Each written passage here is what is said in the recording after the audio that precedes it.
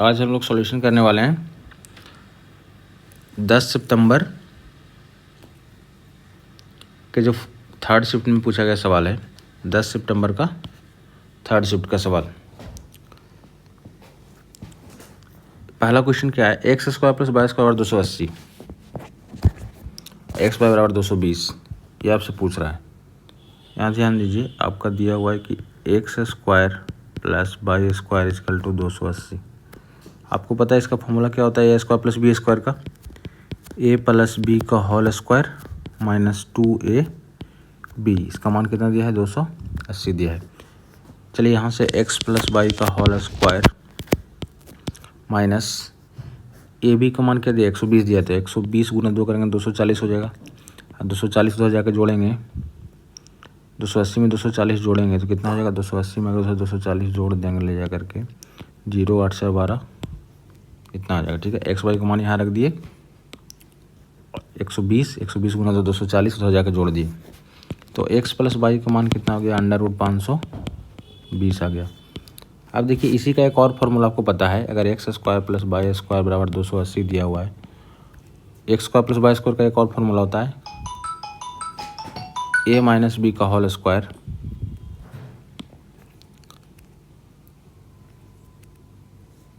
a minus B का whole square plus 2ab बराबर 280। तो a माइनस बी का वैल्यू आपका यहाँ से निकल जाएगा, a माइनस बी का होल स्क्वायर बराबर 280 माइनस एक्स वाई का मान कितना है, 120 है, तो 120 गुना तो 240 जाके घट जाएगा, 240 से घट जाएगा नहीं क्या आ जाएगा 40, यानी x माइनस वाई का मान क्या आ जाएगा, √140 आ जाएगा। आपसे क्या पूछ रहा है, आपसे पूछ रहा है कि x माइनस वाई, यहाँ देखिए x माइनस वाई बटा x plus Y, X minus Y का मान क्या है, √40, और x प्लस वाई का मान क्या है, √520 को क्या लिख सकते हैं, √40 गुना √13, 13 54, √40 गुना √13, √40 से √40 कट गया, आंसर क्या आ जाएगा 1/√13। ठीक है, नेक्स्ट, एक नाव की चाल 18 किलोमीटर प्रति घंटा है और धारा की चाल 3 किलोमीटर प्रति घंटा है। तो अब देखिए नाव का चाल, स्थिर जल में नाव का चाल 18 है और धारा का चाल 3 है। तो अगर धारा के अनुकूल जाएगा तो चाल जुड़ जाएगा, 18 3 21 हो जाएगा, और धारा के साथ जाएगा, धारा के विपरीत दिशा में जाएगा तो चाल घट जाएगा, 18 माइनस 3 15 हो जाएगा। कह रहा धारा के अनुकूल 105 किलोमीटर की दूरी तय करने और वापस आने में कितना समय लगेगा। तो 105 किलोमीटर दूरी आपका धारा के अनुकूल गया, अनुकूल जाने में चाल जुड़ जाएगा, 18 3 21 हो जाएगा।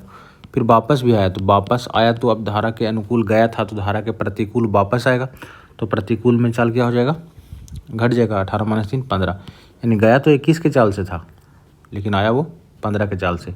तो 21 के चाल से 105 किलोमीटर दूरी तय किया, 5 घंटा लगा, 15 के चाल से 105 किलोमीटर दूरी तय किया, 7 घंटा लगा, टोटल मिलाकर उसको टाइम कितना लग गया, 12 घंटा का लग गया टोटल टाइम। नेक्स्ट आपका है, दो वृत्तों की उभयनिष्ठ बाह्य स्पर्श रेखा, इसको बोलते हैं डायरेक्ट कॉमन टेंजेंट। ये डायरेक्ट कॉमन टेंजेंट का लंबाई 9 दिया हुआ है और उभयनिष्ठ आंतरिक स्पर्श रेखा यह है ट्रांसवर्स कॉमन टेंजेंट, इसका लंबाई 5 दिया हुआ है। तो दोनों वृत्तों की त्रिज्याओं का गुणनफल, त्रिज्या का गुणनफल पूछ रहा है। यहाँ देखिए डायरेक्ट कॉमन टेंजेंट का फॉर्मूला क्या होता है, direct common tangent √d² minus त्रिज्याओं के अंतर का स्क्वायर, और डायरेक्ट कॉमन टेंजेंट का लंबाई कितना दिया है, 9 दिया है, 9 बराबर क्या हो जाएगा, d² माइनस त्रिज्याओं के अंतर का स्क्वायर। ये जब स्क्वायर रूट इधर आएगा तो क्या हो जाएगा, स्क्वायर हो जाएगा, d² का वैल्यू ये निकल गया। फिर देखिए ट्रांसवर्स कॉमन टेंजेंट का फॉर्मूला क्या होता है, √d² माइनस त्रिज्याओं के योगफल का स्क्वायर। तो ट्रांसवर्स कॉमन टेंजेंट का लंबाई 5 दिया है, तो 5 ये d² माइनस त्रिज्याओं के योगफल का स्क्वायर, ये रूट इधर आएगा तो क्या हो जाएगा, स्क्वायर हो जाएगा। अब चलिए ध्यान दीजिए, इन दोनों इक्वेशन को हम घटा लेते हैं। इक्वेशन नंबर इसको 1 मानते हैं, इसको इक्वेशन नंबर 2 मान लेते हैं, और दोनों इक्वेशन को हम क्या कर लेते हैं, घटा लेते हैं। तो ये हो जाएगा प्लस, ये हो जाएगा माइनस, ये हो जाएगा माइनस, तो ये d² से ये d² कट गया, इसको घटा रहे हैं, इस इक्वेशन को और इस इक्वेशन को। तो अब देखिए यहाँ 9 स्क्वायर में से 81 में से 25 घटाएंगे तो कितना आ जाएगा, 81 माइनस 25 यहाँ लिख देते हैं, जो भी आएगा डेटा। यहाँ ये क्या लिखा हुआ है, आर प्लस आर का स्क्वायर, ये प्लस में है, माइनस ये क्या है, माइनस में है, आर माइनस आर का स्क्वायर। आपको इसका फॉर्मूला पता है, 4ab होता है क्या होता है, a प्लस बी का whole square minus a minus B का होल स्क्वायर का फॉर्मूला क्या होता है, 4ab होता है, 4ab। चलिए इधर 81 माइनस 25, 11 से 5 गया 6, और ये क्या हो गया, 7 में से 2 गया तो 5, 4 14 14 56, यानी त्रिज्याओं का गुणनफल कितना आ गया, 14 आ गया। बड़ी यार छोटी यार दोनों त्रिज्या आ गया, त्रिज्याओं का गुणनफल 14 आ गया। त्रिज्याओं का गुणनफल में पूछ रहा था, त्रिज्याओं का गुणनफल पूछ रहा था, 14 आ गया। ठीक है, नेक्स्ट आपका है, कागज़ का एक आयताकार टुकड़ा की लंबाई 50 और चौड़ाई 22 है। ये कागज़ का एक आयताकार टुकड़ा है, इसका लंबाई आपका 50 है और चौड़ाई आपका 22 है।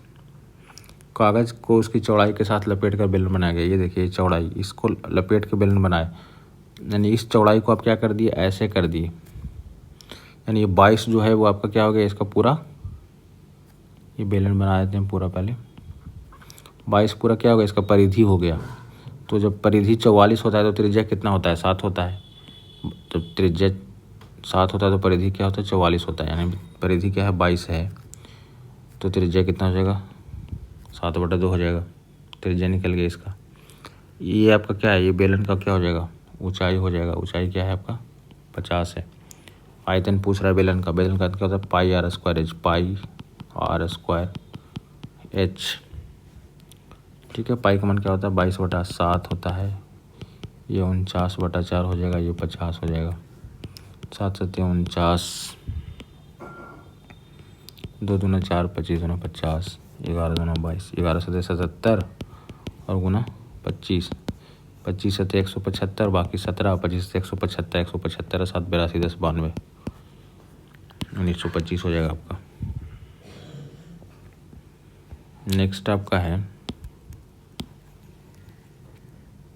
त्रिभुज PQ और त्रिभुज MON समरूप है, सर्वांक्षम है, सर्वांक्षम दिया हुआ है।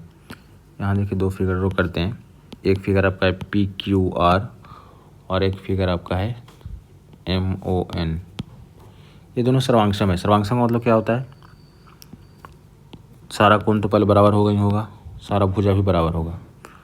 PQR क्या दिया हुआ है, ये दिया हुआ है 82 दिया हुआ है, और QRP क्या दिया हुआ है, 47, QRP ये दिया हुआ है 47, RPQ दिया हुआ है 51, ये दिया हुआ है 51।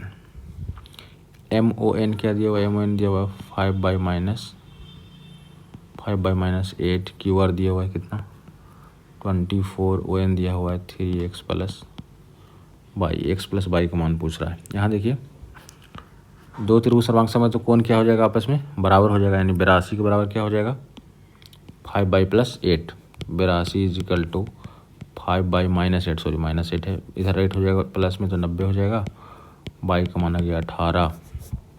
अब देखिए भुजा भी आपका बराबर होता है, सर्वांक्षम त्रिभुज में भुजा क्या होता है, संगत भुजा बराबर होता है, यानी 3x + y = 24 दिया हुआ है, जिसमें y का मान 18 है, तो 3x, y का मान 18 है बराबर 24, तो x का मान क्या हो जाएगा, 18 घट जाएगा, x का मान 2 आ जाएगा आपका। x + y पूछ रहा है तो 18 2 कितना हो जाएगा, 20।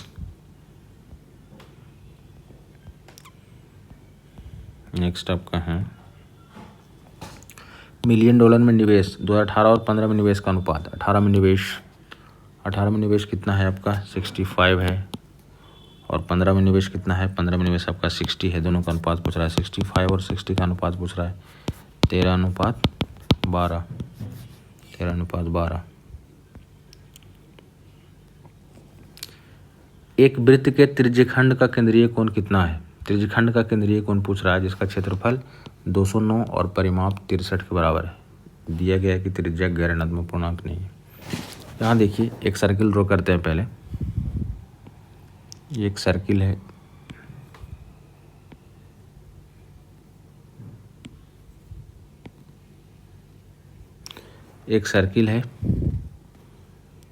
एक सर्किल का आपका त्रिज्यखंड ड्रॉ कर देते हैं, ए बी। कहता है परिमाप 63 है। परिमाप क्या होता है? सारा भुजा का योग, मतलब ये आर मान लेते हैं, इसको आर मान लेते हैं, तो इसको ये एल है आपका, तो आर प्लस एल यही परिमाप है। परिमाप होता है सारा भुजा का योग, आर प्लस एल, ये तीनों जोड़ के क्या दिया हुआ है?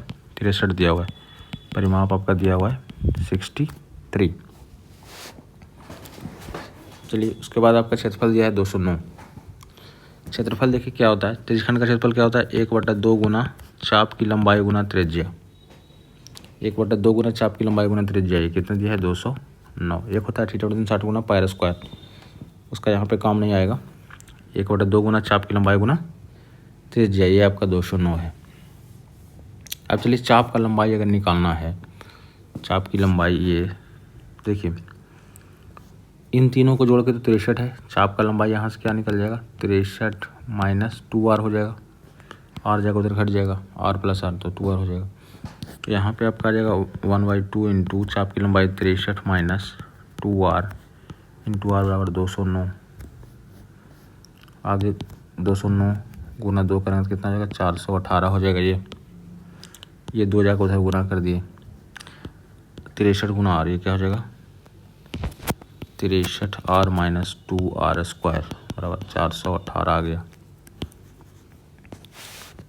अभी ध्यान दीजिए, सबको एक साइड करते हैं। 2r square minus 63r plus 418 बराबर 0। सबको साइड लेकर चले गए, सबको साइड लेकर चले गए, ठीक है। अब इसके बाद ध्यान दीजिएगा, इसको तोड़ देते हैं पहले। 418 गुना 2, 836 लाना है। 63r को तोड़ेंगे, 836 लाना है, यानी कि 44r माइनस 19r, ठीक है। 1976 और 7 83। अब देखिए इन दोनों में क्या करेंगे? 2r कॉमन लेंगे तो r माइनस 40, r माइनस 22 हो जाएगा।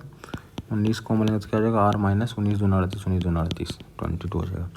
यानी r का वैल्यू यहाँ से 22 हो जाएगा और एक 19/2 आ जाएगा। r का वैल्यू निकल गया।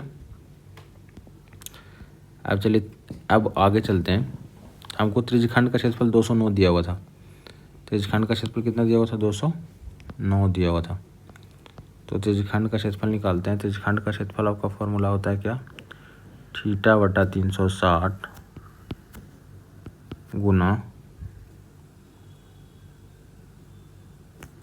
सॉरी त्रिज्यखंड का क्षेत्रफल तो यूज़ कर ही लिए हैं। परिमाप 63 दिया हुआ है, परिमाप हमको दिया हुआ है 63।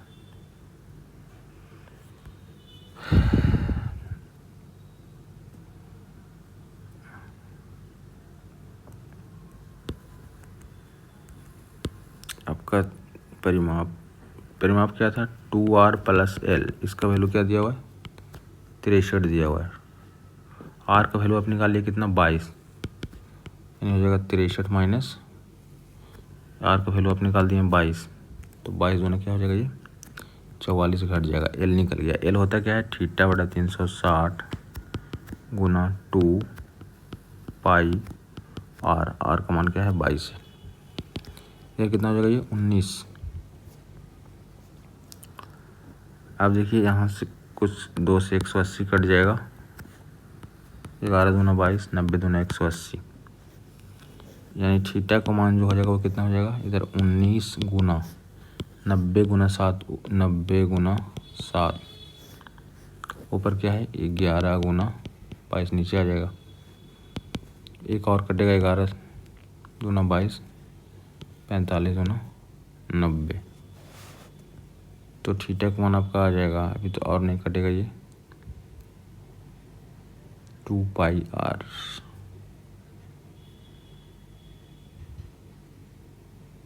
जब देखिए इसको गुना कर देते हैं, 19 से 133 गुना 45 बटा 121। थोड़ा सोल्यूशन करना पड़ेगा इसको।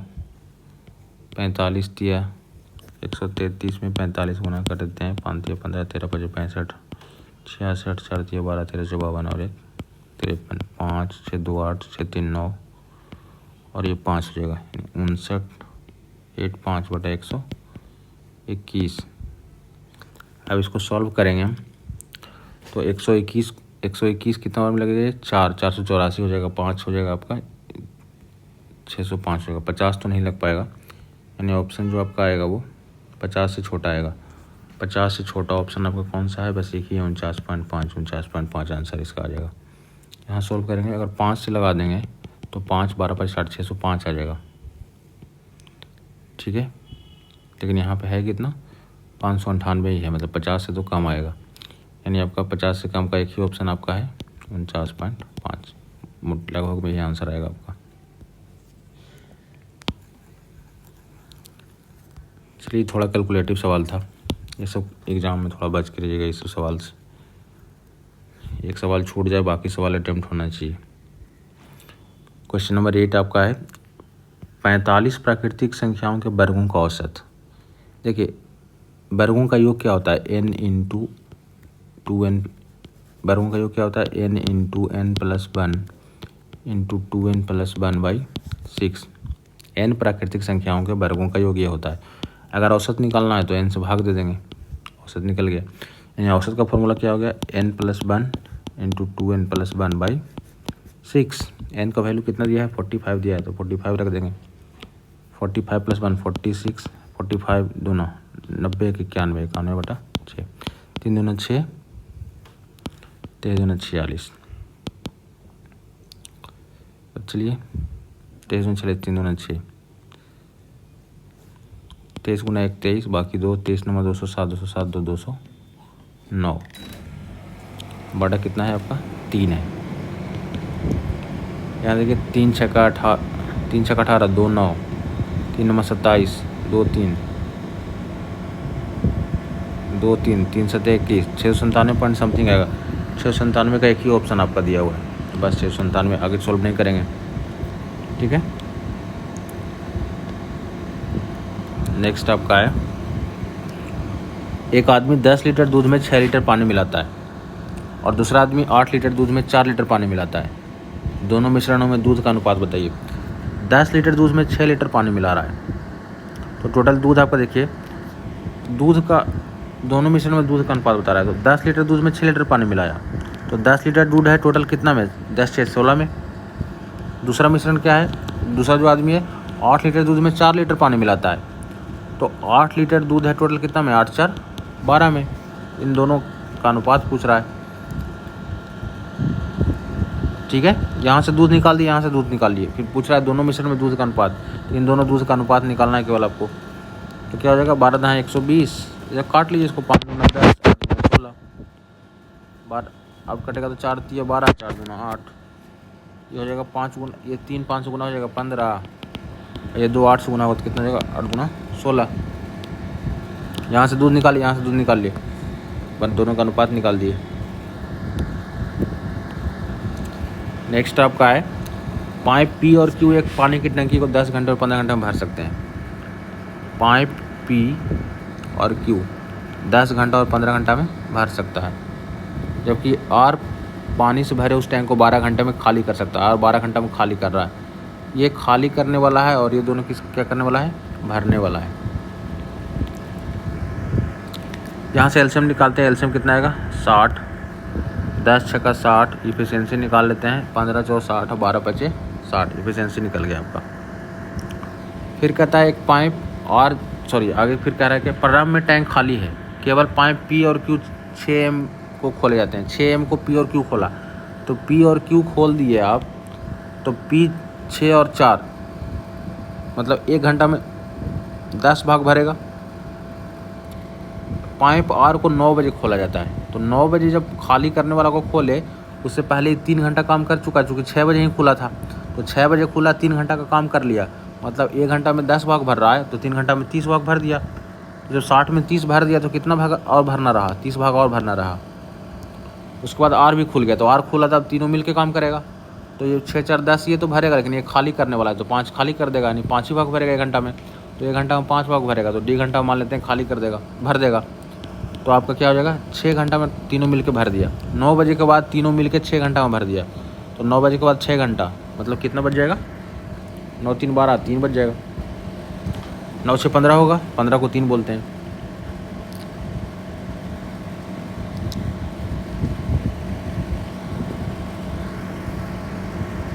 स्कूल में बिताए गए घंटों का परसेंटेज। स्कूल किधर है? स्कूल देखिए ये वाला है।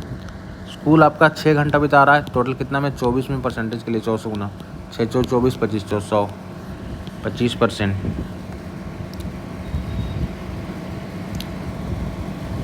फेस्टिवल सीजन में बिक्री के दौरान 1000 रुपये का सामान है आपके पास, आप 3 क्रमागत छूट पर बेचे। पहला बार 20% छूट दिए तो 80% में बेच दिए, दूसरा बार 30% छूट दिए 70% में बेच दिए, तीसरा बार 10% छूट दिए 90% में बेच दिए। अब बस इसको सॉल्व कर लेना है। परसेंट से 00 कट, ये वाला परसेंट से ये 20 कट, और ये वाला परसेंट से ये 20 कट। 8 7 56, 56 गुना 9, 9 6 54, 5 9 45, 5 50।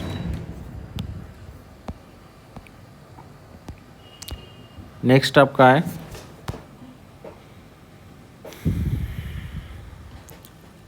निम्नलिखित में से किस वर्ष में पिछले वर्ष की तुलना में वृद्धि दर सबसे अधिक है? पिछले वर्ष की तुलना में वृद्धि दर सबसे अधिक है। ऑप्शन से चलेंगे। 4 ऑप्शन है, 16 15 19 और 18। तो 16 में देखिए, 16 में क्या हुआ है? पिछला वर्ष की तुलना में कितना बढ़ गया?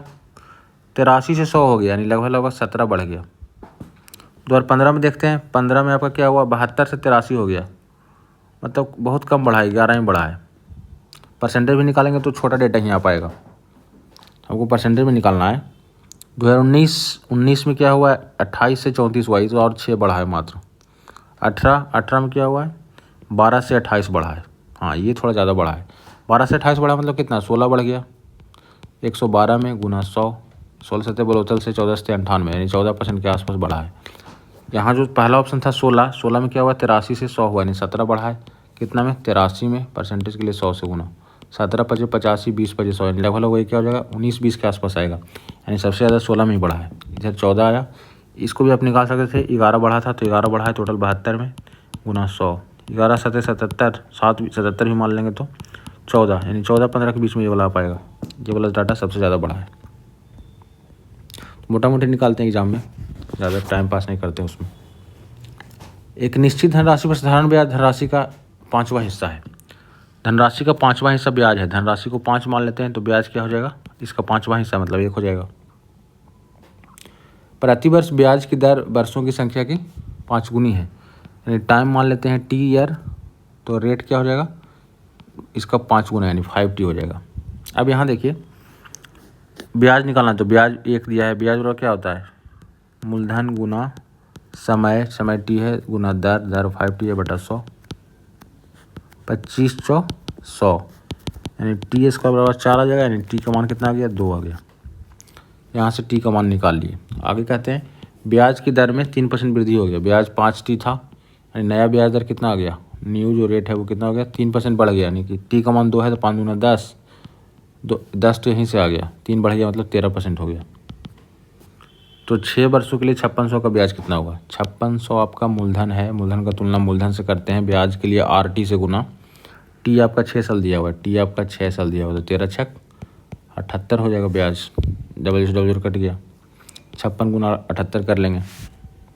यहाँ देखिए 56 78, 8 6 का 48, बाकी 4 8 5 40, 6 का 42, 82 82 4 86, बाकी 8 35 और 8 8 5 13 43, 4368। Option number 1।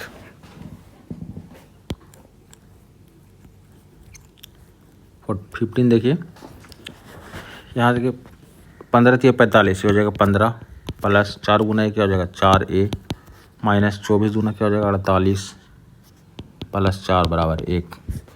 15 4 19, 19 में से 2 गया तो 17, 4A प्लस 17 बराबर 1, 4A बराबर -16, ए का मान क्या आ जाएगा? -4।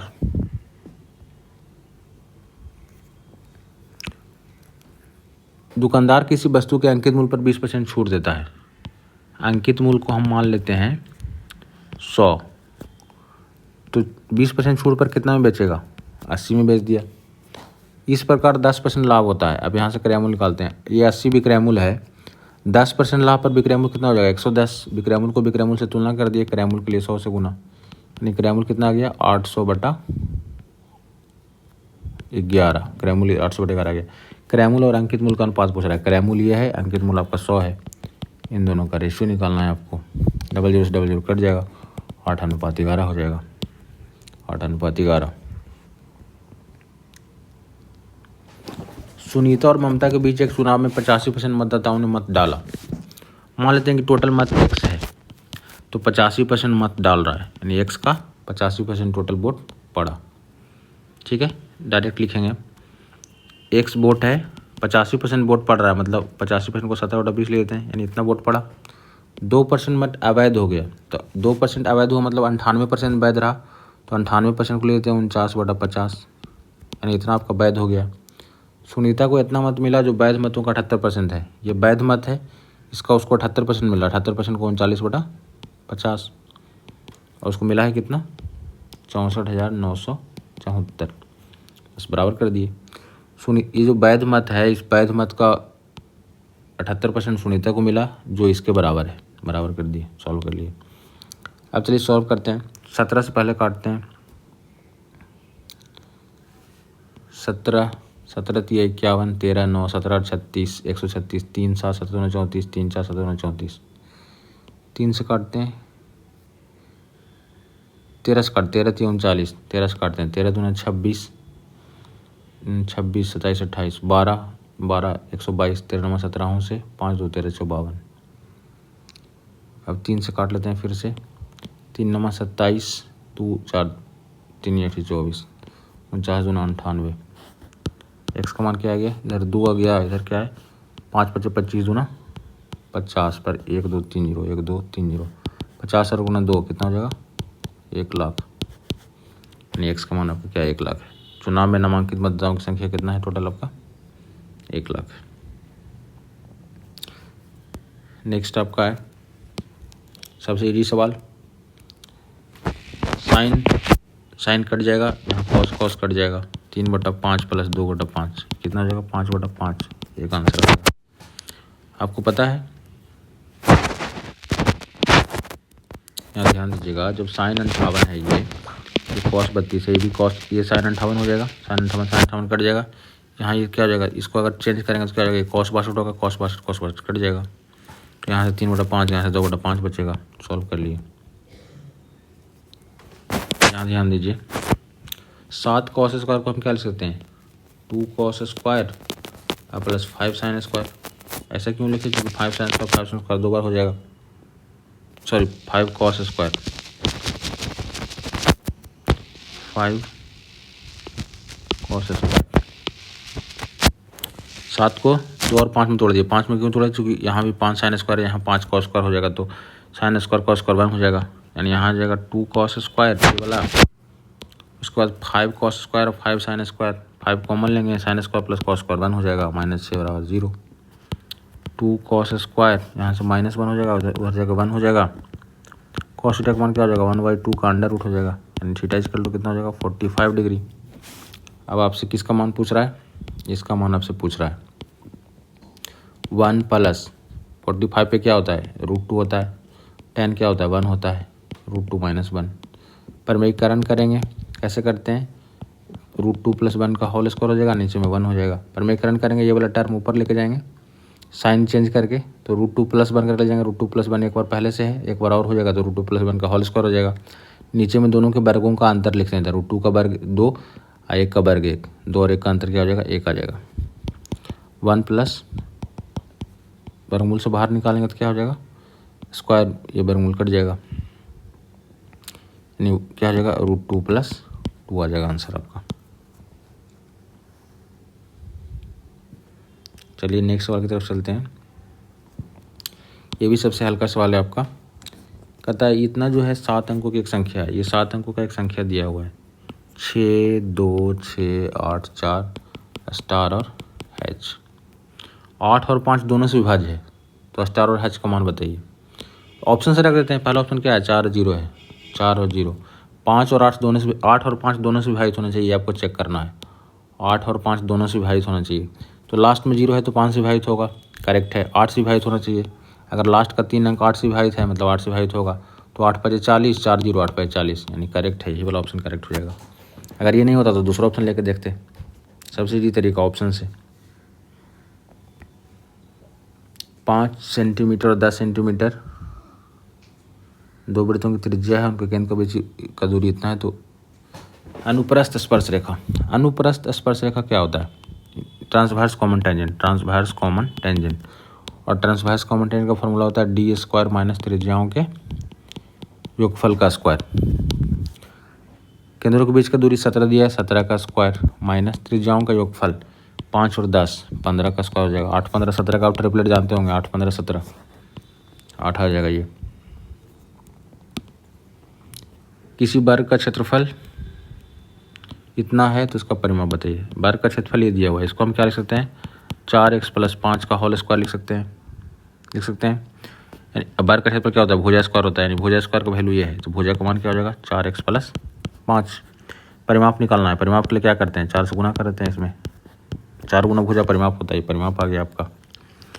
इसमें क्या करते हैं? इसको देखिए, ऑप्शन नंबर इसका 2 आंसर आएगा। 2 रहने देते हैं बाहर और 2 अंदर कर देते हैं। 4 को 2 गुना 2 लिखते हैं, 2 बाहर कर देते हैं, 2 अंदर करते हैं। 2 अंदर करेंगे 4 दूना 8, 5 दूना 10। Option number 2। थोड़ा ऑप्शन के साथ गेम खेला है। नेक्स्ट आपका है 7 tan = 3। साइन को क्या लिखते हैं? tan को क्या लिखते हैं? साइन बटा कॉस लिखते हैं। यहाँ हो जाएगा 3/7, यानी साइन का मान 3 हो गया, कॉस का मान 7 आ गया। बस क्वेश्चन में पुट कर देंगे। साइन का मान 3 है, 5 × 3 = 15। कॉस का मान 7 है तो 7, 5 × 3 = 15। कॉस का मान 7 है, 7 दूना 14, ऊपर 8, नीचे में क्या 15 14 29, 8/29। नेक्स्ट आपका है दी गई अवधि के दौरान कम भुगतान की गई कुल एरियर की राशि। कुल एरियर को आपको जोड़ना है। कुल एरियर जोड़ दीजिए। 00 तो आ जाएगा, लास्ट में 00 सब में है। 5 8 13 13 9 22 22 3 25 25 6 31, बाकी 3 5 5 10, 3 सब में एक देते हैं, एक सब में दे देते हैं तो 5 15 हो जाएगा। 12 3 जोड़ हैं 15 15 10 25 हो जाएगा। 25 100। एरियर की राशि इतना आ गया। बोनस की कुल राशि, बोनस की कुल राशि यहाँ से निकालते हैं। 2 0 सब में है ही। 3 1 4 4 5 9 9 7 16 16 8 24, बाकी 2 2 2 4 2 6 2 8 2 10 2 12 12,400। तो कह रहा है कि ये जो राशि है एरियर का, जो राशि है एरियर का राशि जो है बोनस की राशि का कितना परसेंट है? बोनस की राशि का कितना परसेंट है? एरियर की राशि बोनस की राशि का कितना परसेंट है? लगभग क्या हो जाएगा? डबल कर जाएगा। 124 दूना 248, यानी लगभग 200 के आसपास में आंसर आएगा। 200 के आसपास में बस एक ही ऑप्शन दिया हुआ है, बाकी सब ऑप्शन क्या है? इससे बहुत बड़ा है तो बहुत छोटा है। पूरा कैलकुलेट नहीं करना है। जब भी आपको कैलकुलेशन करना हो एक बार ऑप्शन देखिए, आसपास का ऑप्शंस मार दीजिए। के कौन से मान के लिए समीकरण इतना बराबर 0 इतना बराबर 0 का कोई हल नहीं है? कोई हल नहीं होने का मतलब क्या होता है? A1/A2 = B1/B2 is not equal to C1/C2। ठीक है, कोई हल नहीं होने का ये मतलब होता है। A1 का मान कितना दिया है? 2। A2 का मान कितना दिया हुआ है? 1। B1 का मान कितना दिया है? 7K। B2 का मान कितना दिया हुआ है? 1। ठीक है, अब बस इसको सॉल्व कर लेना है। के का मान क्या हो जाएगा? 2/7। कुछ इसमें है ही नहीं। Thank you.